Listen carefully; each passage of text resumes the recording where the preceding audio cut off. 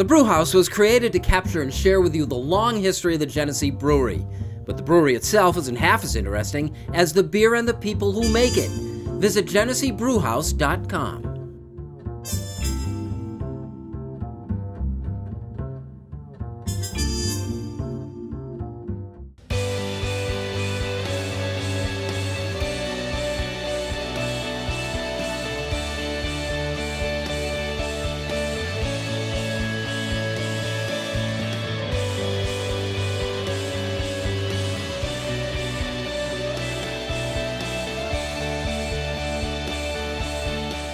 Hello, everyone, and welcome to the Rochester Press Box, presented by the Genesee Brewhouse. It's our pleasure to have Ric Seiling with us, 10-year National Hockey League veteran, 9 of them with the Buffalo Sabres, does color commentary with Don Stevens along with the Rochester Amerks. Nice to have you in, first-timer. Glad to be here. I watched this show and always wondered why we didn't get the call, but now I did. All right, the promotion. Larry Burneal, the retired sports guy at age 30, Penfield native, does a nice blog. Good to have you. Well, thank you very much for having me. I'm excited to be here. Cool. And Pat Duffy. Pat, what are we going to do? I guess that's heavily weighted on this side of the table, well, okay. experience-wise. First, I was going to say, I've lost a bunch of weight. Speak for yourself. I mean, yeah, on the show, absolutely. And I'm happy to carry you through the rest of this thing, Bill. What are you wearing? Oh, real quick, the Frozen Frontier, Rochester Amerks jersey, a throwback from a couple years ago, the outdoor game. Playoffs, baby. Let's do this thing. God, wasn't that fun? Yeah. Now we look back on that thing. Boy, that was fun. Talk about the Rochester Amerks. Okay, so playoff start. This is a good team and it's been reinforced. How good a shot have we got? I think the team is really good. As far as we haven't seen a team to this caliber in years. It's going to be interesting because when you look at their record, their road record is actually better than their home record. And Don and I have this conversation a lot. But I mean, they're not the only team like that. Toronto's road record blows their home record away. And it's just that type of, last week, Rochester loses miserably to Syracuse. They go to Syracuse the next night and they win. Well, what accounts for that? I honestly wish I had an answer for you. If I did, I'm sure I could take it down to the dressing room and sell that. Well, did you want to know? You see a lot of hockey. These teams, and they're an anomaly that do better on the road. Well, I think part of the Amerks, I don't know if it's a problem, because it's not a problem to have a great road record, but you have so many horses in that locker room, right? Like, you could scratch guys that would be starters on other AHL teams. You have Olofsson, Asplund, C.J. Smith. Now you got Tage Thompson back down. Remy Ellie shows up halfway through the season in the AHL. I mean, sometimes it's just so good that it's not going to work out for you. I mean, look at the veteran leadership that they can't dress every night. Nathan Page, for example, is a hell of an AHL defenseman, right? That guy is leadership, and you're having a hard time finding a place for him. I think that once the playoffs get going, Chris Taylor, the head coach, he knows what he's doing. You're going to find your guys that you're going to run. You're going to find the system that's going to work for the folks that are working together. And listen, like you're saying, I feel more confident this year in the Rochester Amerks in the playoffs than I have maybe in 20 years here in Rochester. It's tough to be able to get out of that division, though, with Toronto and Syracuse. It's going to be quite the battle, but luckily they've got a lot of guys that can score, 6 guys over 20 goals this year. You know, that too, Larry, is that this is particularly important, I think, for the Amerks and what they do in the postseason, given what's happening in Buffalo. I mean, the top of the organization is in such flux that, like, they're counting on something good happening here. Absolutely. And they could use some of those young players to find some growth in the playoffs and elevate them to the Sabres next year. Well, right now, they're trying to figure out, with only 3 games left, they still don't even know who they're going to be playing. They don't know if they're going to finish in first or they're going to finish in second. And down at the bottom, when there was 6 games left, Cleveland had a game at hand. They had 7. They are now sitting in the 4th spot, and Belleville's out. So, it depends where they're going to finish. Yeah. So they can't even start prepping for the team that they're going to be playing. There is a really good thing, and Rick can speak more to this about the troubles with the Maple Leafs and their goaltending has created a huge opportunity for the Americans because the Maple Leafs called up their starting AHL goaltender to back up Garrett Sparks, who's the backup in Toronto, who's become a tire fire. That is a huge door opening for the Rochester Amerks if they end up catching Toronto. That's about Phil Housley now. We naturally think, because we all love Chris Taylor here as he played, and we love his work and stuff. How do you see that dynamic working out? Well, I feel sorry for Phil and I think that Phil's going to be a good coach somewhere. Obviously not here in Buffalo now. I think he's got the smarts. He understands the game, and I think he was just in a bad situation, and hopefully things work out for him. But Chris Taylor has done a phenomenal job, and I think Phil maybe could have used a little more seasoning before being put in that position. And I've had the same thing with Chris Taylor. I think Chris Taylor's done a great job here. I see things here that I haven't seen coaches pay attention to. I mean, I watch these guys, just the way they make their changes. You don't see 5 guys flying off the ice all at once unless the puck's down the ice, all the way down the ice. They're aware of who's going off, who's coming on, and those are important things, especially in the second period, because we have had issues in previous years with second periods. They've been absolutely terrible, and a lot of it has to do with the changes. I mean, they would end up playing 4 guys in their zone like a penalty kill because they needed to get that 5th off the ice and get a fresh guy on the ice, and they would continue to do that. And that is something that comes down to coaching. If the experience is the issue, and it's both Housley and Taylor, what is that? What tangible thing does experience get you? Well, I think experience, you get to see how you handle players at that level. I mean, walking in and being a head coach in the NHL, you're dealing with the top, and there's always an attitudes, there's always locker room politics, there's whatever it is. There's a dynamic there that the coach has to figure how to be part of it and be part of it constructively. Not walk in and say, this is the way I'm doing it, because now you're going to tick somebody off. That actually just intimidated me. That would totally work. I'm terrified right now. This desk is better built than I thought it was, too. This is the Rochester Press Box. It's headed by the Genesee Brewhouse. We'll talk about the football team next.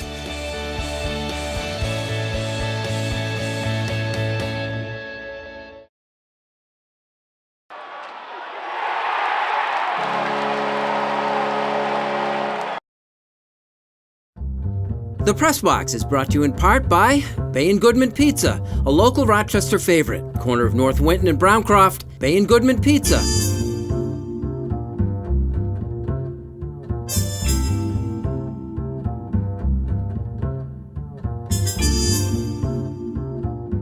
Welcome back, and thanks for joining us on the Rochester Press Box, presented by the Genesee Brewhouse. Larry, it is the week before the week of the NFL Draft. We always look forward to this. What's your feeling heading into this as far as the Bills are concerned? I think they need to work on the trenches, whether it's the offensive line or the defensive line, and pray, Bills fans, that Ed Oliver is there. That's the top guy for me, for Bills fans, somebody that can rush the one gap inside and really create some pressure on both the running game and the passing game. You know, it seems like with the free agency that they attack the offensive issues so heavily that maybe there is room to draft defense first. Absolutely, and they're in position to be able to draft the best player available, something you said on the show before. They filled out their needs. They can draft the best guy there, and hopefully that's Ed Oliver, and maybe even potentially trade back if their targets aren't there. What do you think? I think you're wrong, but I appreciate you watching the show. No, listen, I mean, of all of the things that you need right now, I think defensive line is on the bottom of the list. And listen, I think defensive line is a guy, you can find a guy that'll work. Like a superstar defensive lineman is great, but we've dealt with superstar defensive linemen in Buffalo who they get their statistics and it's great, but it doesn't work for the rest of the defense. You have a huge need at wide receiver. All the free agents you sign, great. You still need to go get your guy. That might be DK Metcalf. I'm fine with an offensive lineman in the first round too, right? You are desperate needed offensive lineman. I'd go there before I'm going with the defensive lineman. As a matter of fact, I would be fine waiting on a defensive lineman to the third round. I wouldn't mind going tight end or running back after that. Is there really a wide receiver you take at the 9th pick, though? I'm in love with DK Metcalf. I would because not mind he looks good without a shirt on? Well, yeah. I do not. I run towards men like that. So what's your biggest asset in the team? Right now, your quarterback. Okay, why don't you protect him? That's what I'm okay. Protect or give him something to throw. Yes, exactly. I'm with you 100%. Exactly. You got to work with the asset. Rick should be here all the time. You being a hockey guy too. I mean, the whole philosophy: you draft into need, or do you take a guy that maybe you don't need as much, who's great in his position? I think we talked about drafting need before we went on the air, but you've got to fill the holes. I mean, if you're a car dealer, do you buy all the same vehicle? Do you stock your whole lot with all the same vehicle because it's the nicest vehicle out there, or do you have a selection? You need to fill the whole thing with and fill all your holes. You just can't be getting the best player available. I mean, Sammy Watkins, best player available. Where is he?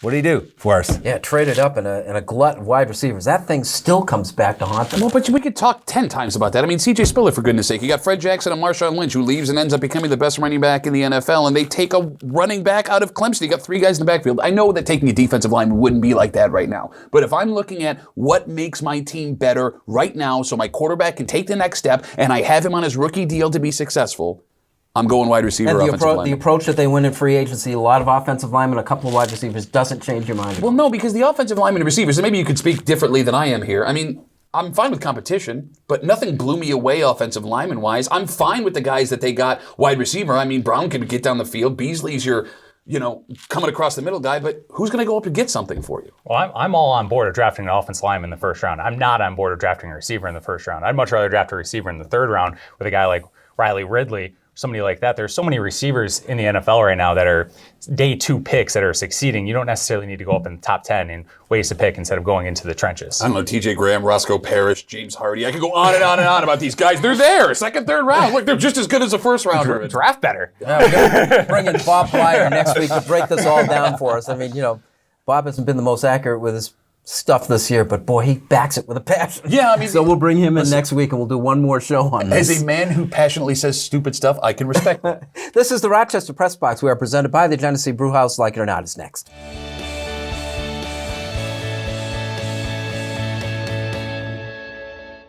Here's the Press Box trivia question, brought to you by Market View Liquor, where exceptional customer service meets an extensive selection. Jefferson Road at 390.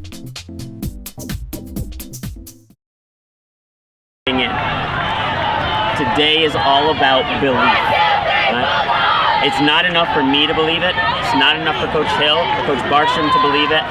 You have to be the ones that believe that you are capable of running the way that we all know you are capable of, and that those negative thoughts that are coming into your head, you can acknowledge and push away.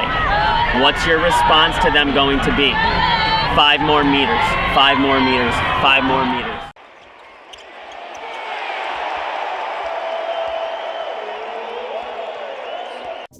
Here's the Press Box trivia answer, brought to you by Market View Liquor, where exceptional customer service meets an extensive selection. Jefferson Road at 390.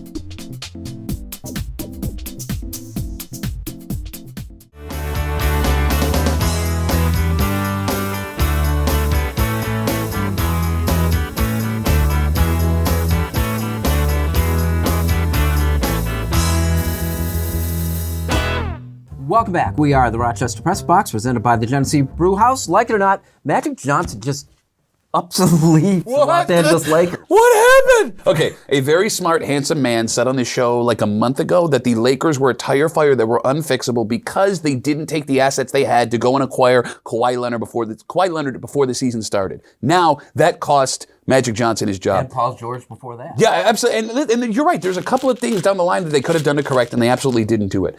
What boggles my mind is, it's early right now with this story.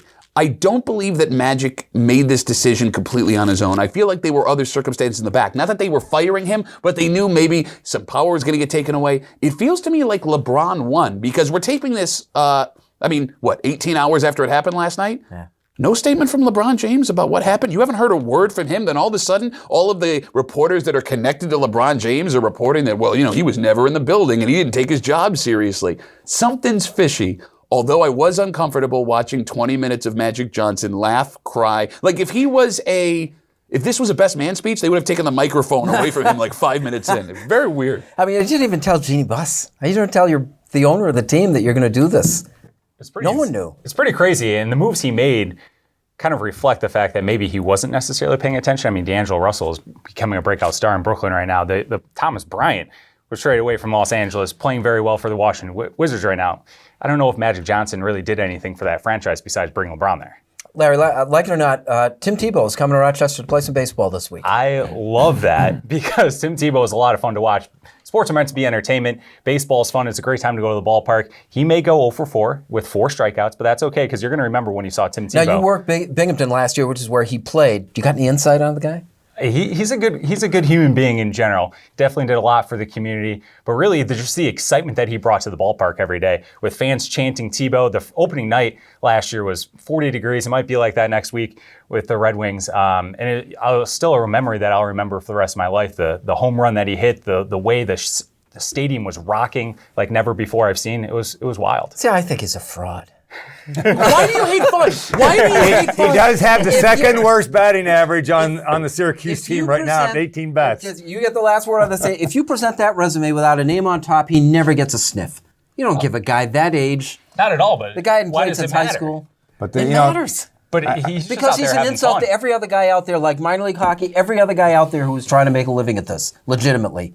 And he's not. Other than Deion Sanders, is there any others that have made it double sports? Bo Jackson. Okay, Bo Jackson. I think that amount. And how many have tried? Yeah, no, I mean, look, You know, and you got to admire the guy for trying. You have to admire the guy for trying. He's in there, you know, and I think it might be doing a little bit for his acting career because now he's got his own show. By all accounts, he's the hardest working guy on the team, and he was not the worst player on the Binghamton Rumble Ponies last year. And that's the Rumble Ponies, You buddy. can talk about the Eastern League All-Star not necessarily being deserving, but he wasn't the least deserving Rumble Pony that was an All-Star either. There was a catcher on the team that didn't even want to talk about making the team because he didn't think he deserved it. Tebow's numbers were better than his. All right, well, we're going to find out. It's and it's going to be interesting. We'll probably have a nice crowd for it, too, even in bad weather. This is the Rochester Press Box presented by the Genesee Brew House. Unfinished Business is next.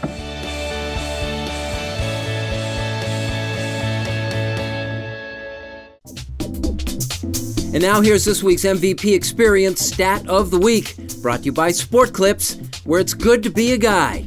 No appointment ever needed. Came now to Eichel. He floated one.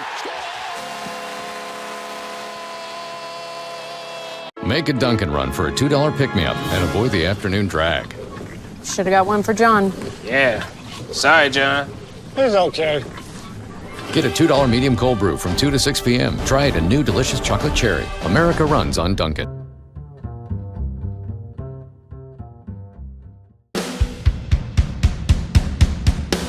Welcome back. Thanks for joining us. This is the Rochester Press Box, presented by the Genesee Brew House. Unfinished Business is brought to you by Dunkin'. America runs on Dunkin'. Pat. Sports fans love legacy, right? Dwayne Wade has his final NBA home game this week, scores 30 points in his last game with the Heat, and they roll out the red carpet, and that guy deserves it. Listen, I've gone to a lot of live sporting events across the 4 major sports, and I've never seen, not a basketball player, an athlete like Dwayne Wade. Of all of the NBA games I've gone to, my jaw has dropped more watching Dwayne Wade live. And for all of the accolades he gets, I don't think he gets the credit he deserves when it comes to how good of a player he is. And here's the problem. Now that Dwayne Wade is retired, he's going to live in that world where we're going to compare him to people for the rest of his life. And he's played in an era in the NBA where there have been super duper stars that he's been surrounded by, right? He caught the end of Kobe and Shaq and those guys, Tim Duncan, and then he shows up with LeBron and Carmelo, well, Carmelo not anymore, but you get what I'm saying, right? There are stars that have eclipsed Dwayne Wade, and he was always kind of Robin to someone else's Batman when he won championships.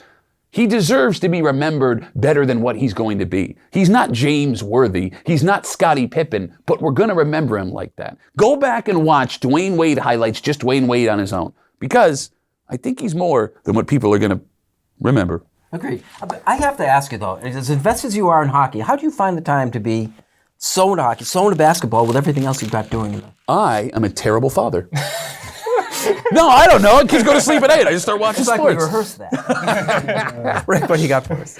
Well, the NHL draft just happened recently, and I have a real problem with the orders, and I think the NFL could probably learn from it too. As a player rep for Buffalo for many years, I sat across with the Board of Governors, and the idea in that room was how to build our product, how to make it better, how to make it more marketable, everything else like that. I think the idea of the lottery has got to be thrown out. I think what they should do is take all the teams that don't make the playoffs, and whoever's had the longest playoff drought, you get first pick. Then the next one's all the way down to all the teams that haven't. I look at Chicago. How many years has it been since they won a Stanley Cup? And now they're drafting third against Buffalo, who hasn't. I don't remember the last time Buffalo's been in the playoffs. 8 years. Yeah, it's exactly. So, I think there's an opportunity here for the owners to go back and revamp it if they want to build their product from within and help each other out. If they just want to be greedy for themselves, then keep the same what you've got going on. But I think you need a change. Won't that make teams desperate not to be in that last playoff spot? It's whether you make the playoffs. That's the telltale right there. If you've been out of the playoffs for 8 years and somebody just won the Stanley Cup 4 years ago, I think you deserve to have that first pick over them. And think with your fans, right? If you've had the longest drought, you want to make that playoff spot, so you're going to sell tickets and work excitement. That's the most brilliant thing I've ever heard. I would vote for Rick for president. God, I'm so glad he's here. I love this guy. I love Ric Seiling so much. All right, see if you can get that kind of reaction out of yours. I'll try. When you're starting a career, you're supposed to ask for advice from people who have succeeded at the job in the past. That's exactly what Juju Smith-Schuster did while at USC to Antonio Brown. Somehow Antonio Brown thought it would make Juju look bad by posting that message on Instagram. But in reality, all it did was show how out of touch reality Antonio Brown is becoming. Antonio Brown just finished one of the 6 greatest season stretches in NFL history, averaging about 119 catches, 1,590 yards, and 12 touchdowns per season. He's a great receiver, but clearly he's not all alive upstairs. Juju Smith-Schuster, let's add him to the list of players we're rooting for this season, just like he's a member of our favorite team. Then we'll see how Antonio likes looking up at him in all the receiving categories this year. You have to get it, and so many guys that have been placed in that position, they could fall either way. You're either number 1 receiver or you're not. Yeah, and Juju showed that he has plenty of talent to get it done, and Antonio Brown now going to the Oakland Raiders with Derek Carr, that could be a struggle for him. Yeah, this is the Rochester Press Box, presented by the Genesee Brewhouse. Unfinished Business, brought to you by Dunkin'. America runs on Dunkin'. Well, pretty nice debut over there, Rick. Thank you very much. I enjoyed it. Thanks for joining us. Larry, good to have you. We'll see you again. Pat, as always. Always a pleasure to help you out. Thank you for joining us. We'll see you next week for the Rochester Press Box.